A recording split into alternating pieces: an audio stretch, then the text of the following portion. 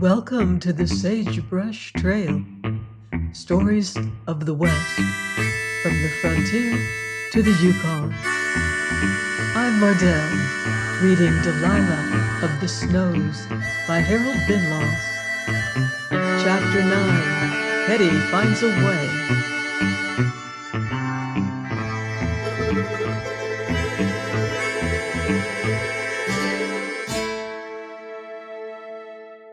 The day's work was over, and once more the white mists were streaming athwart the pines when Ingleby lay somewhat moodily outside the tent that he and Ledger occupied on the hillside above the Green River. Just there the stream swirled, smeared with froth and spume, through a tremendous hollow above which the mountains lifted high their crenellated ramparts of ice and never-melting snow.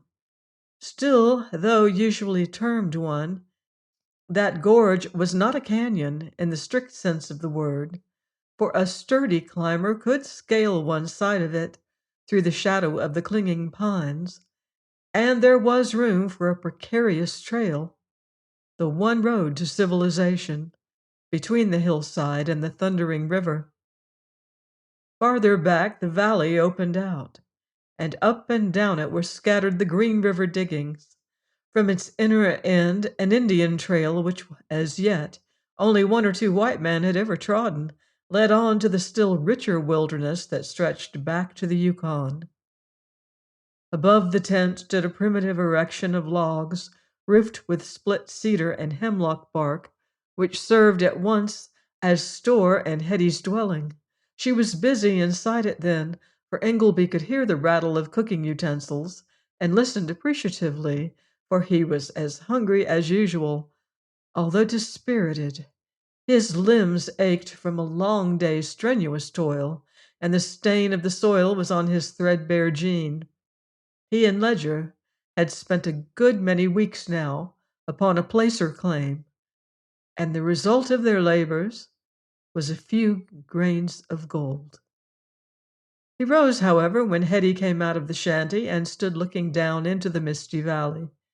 She was immaculately neat, as she generally was, even in that desolation, divided by many a day's journey from the nearest dry goods store, and where the only approach to a laundry was an empty coal oil can, and she turned to Ingleby with a little smile in her eyes.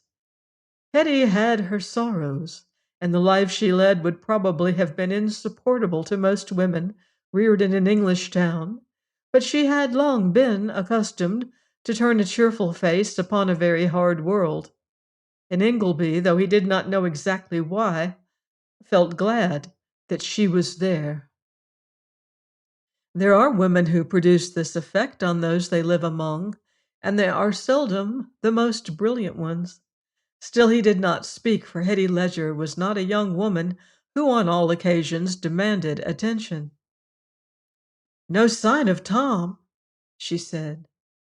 "No," said Ingleby. "I only hope he brings something with him and hasn't lost the flies again. I gave a man who went out $1 each for them, and I couldn't get another if I offered 10. The plain hooks that I got in Vancouver are no use either, when there apparently isn't a worm in this country."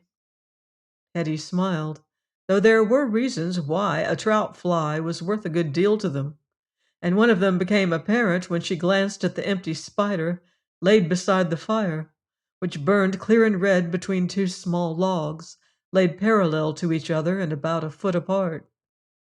"If he doesn't, you'll have to put up with bread and dried apples. The pork's done," she said. It was perhaps not the kind of conversation one would have expected from a man at an impressionable age and a distinctly pretty girl, especially when they stood alone in such a scene of wild grandeur as few men's eyes have looked upon. But Hetty did not appear to consider it in any way out of place. Indeed, though there had been a time when she had accepted Ingleby's compliments with a smile, and even became a trifle venturesome in her badinage, there had been a difference since they had left England. And while Ingleby did not realize exactly what that difference was, he felt that it was there. Hetty Ledger had not enjoyed any of the training which is usually at least bestowed upon young women of higher station, but she had discovered early that, as she expressed it, there is no use in crying for the moon, and she had a certain pride. It was also a wholesome one and untainted by petulance or mortified vanity. "I don't think," she said reflectively, "I would worry too much about those flies." "No," said Ingleby. "Nobody could have called that pork good, but dried apples ad libitum are apt to pall on one." Hetty shook her head. "I'm afraid they're not even going to do that," she said. "There's very few of them left in the bottom of the bag." Just then Ledger appeared, carrying a fishing rod which Ingleby had laboriously fashioned out of a straight fir branch. He had also a string of trout, but was apparently dripping below the knees and somewhat disconsolate. The trout were dressed ready, and he laid 2 or 3 of them in the pan, and then sat down upon one of the hearth logs. "I expect that's the last we'll get," he said. "You haven't whipped those flies off," said Ingleby. Ledger nodded ruefully. "I'm afraid I have," he said. "At least I let them sink in an eddy and hooked a boulder. It comes to very much the same thing." Hetty laughed as she saw Ingleby's face. "Perhaps I'd better go away," she said. "Aren't there times when it hurts you to be quiet?" "There are," said Ingleby dryly. "This is one of them." "Well," said Hetty, "you can talk when you break out. I heard you one night in the car. But we'll get supper, and then if you're very good, I'll show you something." She stirred the fire and laid out the inevitable dried apples and a loaf of bread, which was not exactly of the kind somewhat aptly termed grindstone in that country. Then, when the edge of their hunger was blunted, she took out a very diminutive fluffy object and handed it to Ingleby. "I wonder if the trout would be silly enough to jump at that," she said. "It's a little plumper than the other ones, but I hadn't any silk to tie it with." Ingleby stared at the fly in blank astonishment, and then gravely passed it to Ledger. "Look at that, and be thankful you have a sister," he said. "I am," said Ledger with a little smile, though something in his voice suggested that he meant it. "But whatever did you make it out of, Hetty?" "Strips of frayed out cloth, the blue grouse's feathers, and the very little threads there are in a piece of cotton when you unwind it." "The tail was never made of feathers or cotton," said Ingleby. "No more was this wing hackle, that's quite sure. Look at it, Tom. You'll notice the bright color." Hetty unwisely snatched at the fly, but Ledger's hand closed upon it, and a moment or two later he laughed softly. "It certainly won't come out on the water, and that is presumably more than could be said of everybody's hair." Ingleby took the fly from him, and Ledger proceeded. "Now that we have got over that difficulty, there is another to consider." "There generally is," said Hetty. "This one is serious," said her brother. "One can no more live upon trout and nothing else than he can upon dried apples, and while the flour is running out, we have neither dollars nor dust to buy any more with. Our friend the freighter cannot be induced to grubstake everybody, and I'm not sure one could blame him for asking 5 or 6 times as much for his provisions as they are worth in the cities, when you consider the nature of the trail. Of course, Walter and I could earn a few dollars at Tomlinson's mine." He stopped and looked at Ingleby, whose face grew a trifle grave. "A placer claim," said the latter, "can only be held while you work upon it continuously." "Exactly. 72 hours after we lay down the shovel, any man who thinks it worth while can seize upon our last chance of making a fortune.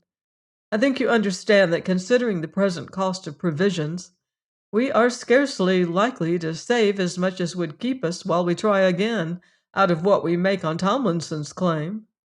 Ingleby realized this and said nothing. The giving up of his claim implied the parting with certain aspirations which had of late supported him through long days of feverish toil. But one must live, and he had discovered that to work as the free miners do in that country, a somewhat ample diet is necessary.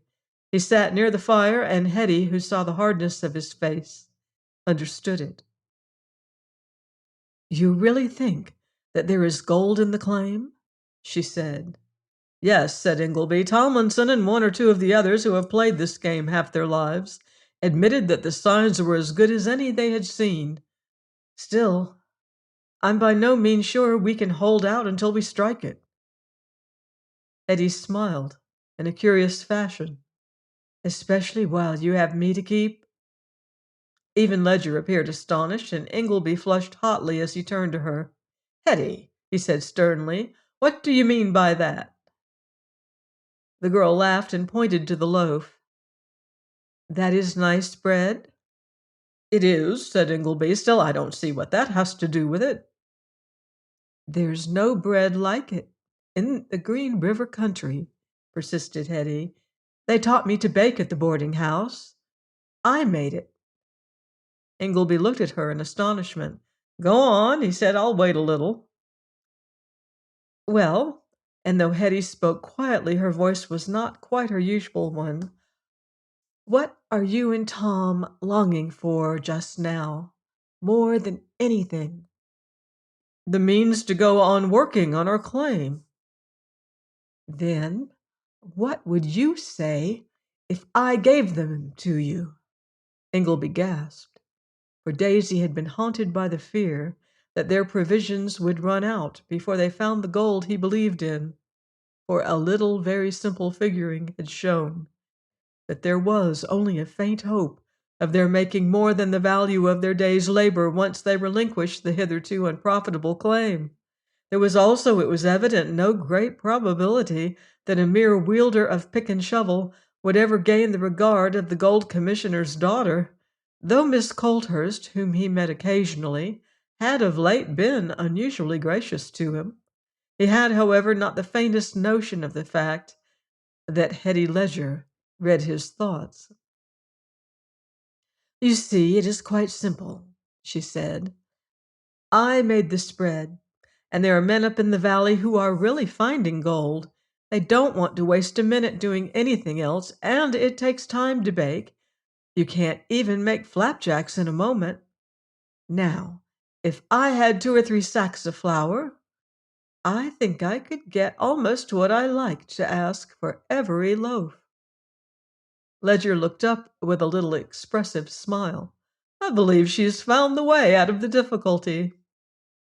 It was, however, Ingleby at whom Hetty glanced, though it did not strike him then, as it did long afterwards, that she must have been quite aware of what she was offering him.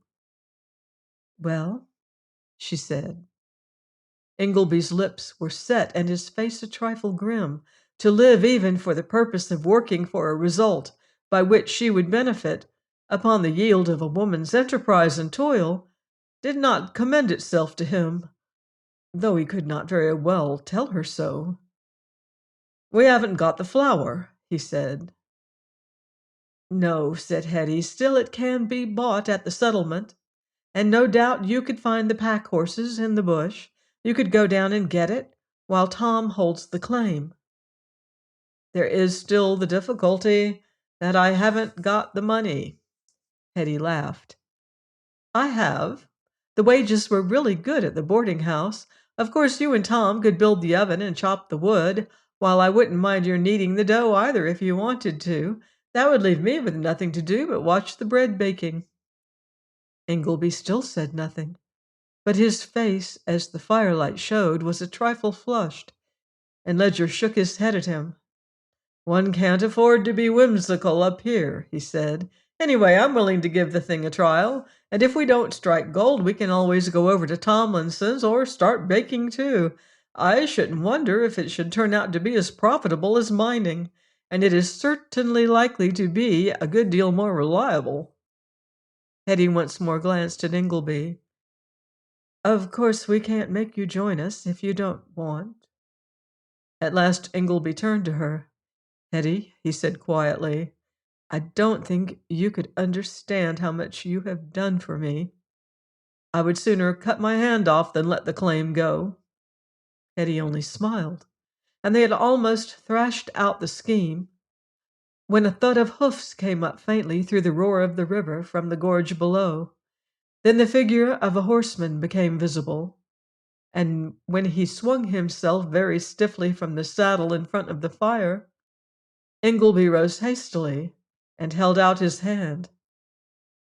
"Mr. Sewell," he said, "and I don't mean it conventionally, this is a pleasure." The stranger, who swept his wide hat off as he turned to Hetty, laughed. "I've just come in. I wonder if I could ask, Mrs. Ingleby, isn't it, for a little supper?" The request was a very usual one in a country where the stranger is rarely turned away unfed, but Hetty, who seemed to draw a little farther back into the shadow, was a trifle slow in answering it.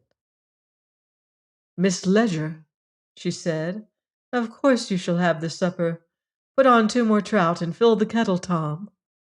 Sewell gratefully took his place beside the fire, and, for he had an engaging tongue, it almost gained Hetty's confidence, which was not lightly given, by the time the meal was over. Then she looked hard at him. "What did you come here for?" she asked. "Wouldn't the fame of the Green River mines be excuse enough?" said the man. Hetty shook her head. "No," she said, "I don't think it would. People who talk as you do aren't generally fond of digging." "Then, finding I wasn't wanted in Vancouver, I went back into the States, and, as usual, got into a trifling difficulty there. That was in Colorado, where the men and the manager of a certain big mine couldn't come to terms. The manager was, as not infrequently happens, friendly with the constituted authorities, and between them and the men's executive, with whom I managed to quarrel, they made that town unpleasant for me. Of course, one gets accustomed to having his character pulled to pieces and being hustled in the streets, but they go rather farther than that in Colorado." "And so you ran away?" Sewell laughed. "I certainly went when it was evident that I could do no good. Still, it was in the daylight, and half the populace came with me to the station." "I asked you what brought you here," said Hetty severely. Sewell made a little expressive gesture. "Between friends, I think I can go so far?" he asked, and it was Hetty alone he looked at. "You see, I met your brother and Mr. Ingleby in Vancouver." Hetty regarded him silently for a moment or two. He was a well-favored man with a curiously pleasing manner. "Yes," she said, "I think you can." "Then I came here to see what I could do at mining. I have really used the shovel oftener than you seem to fancy, and when it is necessary, go through by the Indian trail to the camps between this country and the Yukon, though they will probably work on quietly while the ground is soft. They're not pleased with the mining regulations yonder." He looked out into the soft blue darkness, which now veiled the great white peaks that lay between him and the vast desolation of the northwest, and the smile died out of his eyes. A few moments slipped by before Ledger broke the silence. "I believe that trail is scarcely practicable to a white man. Only 1 or 2 have ever tried it," he said. "That is so much the better. I am, however, certainly going in." There was a little silence, and then Ingleby said suggestively, "They have been sending a good many of the Northwest police into that country." Sewell smiled. "From one point of view, I think they were wise. It's not the contented that one usually finds mining in the wilderness. The soil, of course, is British, but that, after all, does not imply very much." "You mean that the men up there have no country?" asked Ledger. Some of them, at least, have unpleasantly good memories. They are the cast outs and the superfluities, but as no doubt you know, it is not their criminals the older lands get rid of now. That, said Hetty sharply, is all nonsense. If they're really bad, they are put into prison. Sewell laughed. I believe they are now and then. Now suppose you tell me about the Green River country. They sat late that night about the crackling fire, though there was a vague uneasiness upon two of them. Hetty liked the stranger as a man, but she had seen that trouble came of following out the theories he believed in, while all Ingleby wished for just then was an opportunity for toiling quietly at his claim.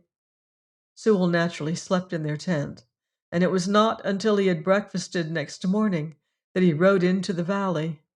Ingleby walked with him a short distance, and as it happened, they met Grace Colthurst on the trail. She smiled as she passed Ingleby.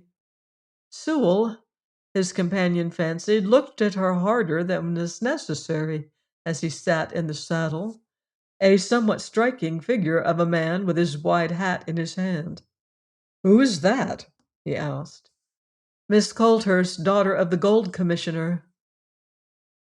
"There's no reason why a prospector shouldn't look at a queen, and she has a striking face. Of course, one would hardly call it beautiful. Still, it is distinctly attractive." "You have no doubt met a good many beautiful women of her station?" asked Ingleby, who was a trifle nettled, and could not quite restrain the ironical question. Sewell laughed. "Well," he said, "I have certainly come across one or two. Besides, I had rather a fancy that I might be an artist once, a good while ago." Ingleby was duly astonished, but no more was said on the subject, and in another few minutes Sewell rode on up in the valley alone. Join me next time on the Sagebrush Trail for more Western adventure in Delilah of the Snows by Harold Binloss.